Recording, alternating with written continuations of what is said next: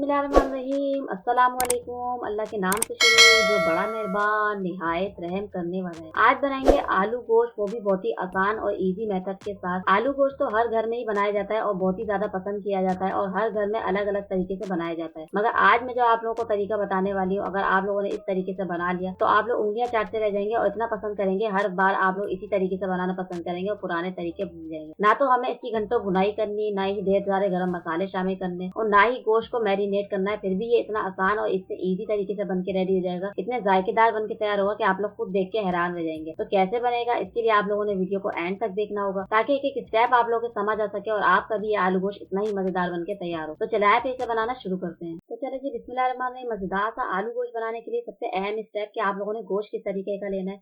आप लोगों ने यहाँ पे बड़ी बड़ी बोटियां लेनी है और इसके अलावा आप लोगों ने यहाँ पे हड्डियों का भी इस्तेमाल करना है ताकि मजेदार सी यखनी बन के तैयार हो और इसका अर्क निकल कर आए और शोरबे में मजेदार सा जायका निकल कर आए। अब यहाँ पे एक देगची ले लेंगे, उसमें शामिल कर देंगे हाफ कप भर के ऑयल। ऑयल को पहले गर्म कर लेंगे और 3 अदद मीडियम साइज की बारीक कटी हुई रफली से प्याज शामिल कर देंगे और प्याज को हमने यहाँ पे मीडियम टू लो फ्लेम पे लाइट सा ब्राउन करना है। जब इस तरीके का गोल्डन सा कलर आ जाएगा तो 3 अदद मीडियम साइज की मैंने टमाटर ले ली, जिनको रफली सा कट कर लिया है। 3-4 अदद ले लिए यहाँ पे टुकड़े यहाँ पे अदरक के। इसके अलावा मैंने 7 से 8 जवे ले लिए लहसुन के। ये सारी चीजें ऐसी शामिल कर देंगे और हल्का सा मिक्स करने के बाद आप लोगों ने यहाँ पे थोड़ा सा टमाटर को सॉफ्ट करना है और लहसुन अदरक की खुशबू निकल कर जब आ जाएगी तो आप लोगों ने ये सारे मसालों को स्ट्रेनर की मदद से निकालने के बाद एक प्लेट में सर्व करना है। एक्स्ट्रा ऑयल सारा आप लोगों ने यहाँ पे निकालना है। उसके बाद आप लोगों ने इसको बिल्कुल बारीक सा इसको पेस्ट बना लेना है। इसका भी काम हुआ खत्म, इसको भी रख देंगे साइड में। अब यहाँ पे गोश्त की भुनाई कर लेते हैं। गोश्त शामिल करने के बाद आप लोगों ने हाई फ्लेम पे गोश्त की इतनी भुनाई करनी है कि गोश्त की सारी स्मेल भी खत्म हो जानी चाहिए और यहाँ पे गोश्त का यहाँ पे कलर भी चेंज हो जानी चाहिए। और इस तरीके से जब ये गोश्त का कलर आ जाएगा तो उसके बाद शामिल कर देंगे ये पेस्ट जो कि हमने बना के रखा था।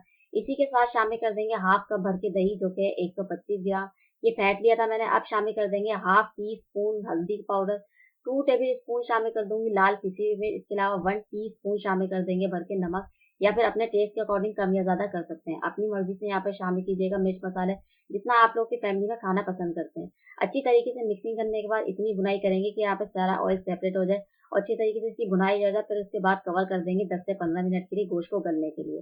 फिर दोबारा से कवर हटाएंगे और चेक करेंगे, यहाँ पे अच्छी तरीके से मिक्सिंग करेंगे, यहाँ पे बुनाई करेंगे। आप लोगों ने यहाँ पे 3 से 4 मिनट तक बुनाई करते रहना है मुसलसल। तो उसके बाद शामिल कर देंगे यहाँ पे आलू जो कि मैंने यहाँ पे इस तरीके से स्लाइस में कट कर लिया। ये आधा किलो आलू है और ये शामिल करने के बाद आप लोगों ने यहाँ पे थोड़ा टाइम देना है आलू को और गोश्त की इतनी बुनाई करनी है।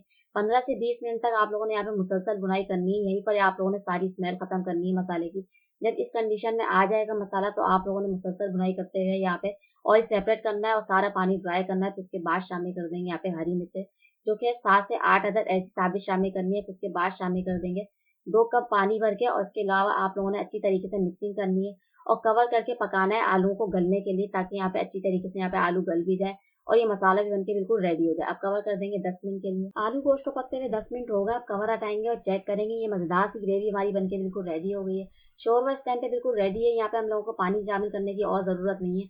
अब लास्ट में मैं आप लोगों को चेक करके दिखाऊंगी कि आलू गले हैं यानी आलू बिल्कुल गल चुके हैं। अब फ्लेम ऑफ करने के बाद आप लोगों ने यहाँ पे हरा धनिया शामिल करना है। इसके अलावा शामिल करना है 1 टीस्पून गरम मसाला पाउडर। अब मेरी वो बहनें जो ये कहती हैं कि हमारे शोरबे का रंग डार्क हो जाता है या फिर लुक वाइज बिल्कुल भी अच्छा नहीं लगता, तो आप लोग यहाँ पे यही गलती करते हैं, आके शामिल कर देते हैं हरा धनिया और गरम मसाला फ्लेम ऑफ करने से पहले, तो आपके शोरबे का कलर डार्क हो जाता है। अब चलते हैं फाइनल लुक की तरफ। बस गर्मा गर्म आलू गोश्त हमारा बनके बिल्कुल रेडी हो गया। सेम यही रेसिपी को कॉपी करते हुए आप लोग ये आलू गोश्त चिकन या फिर मटन में भी बना सकते हैं, तो आप लोगों को टेस्ट यहाँ पे सेम ही मिलेंगे।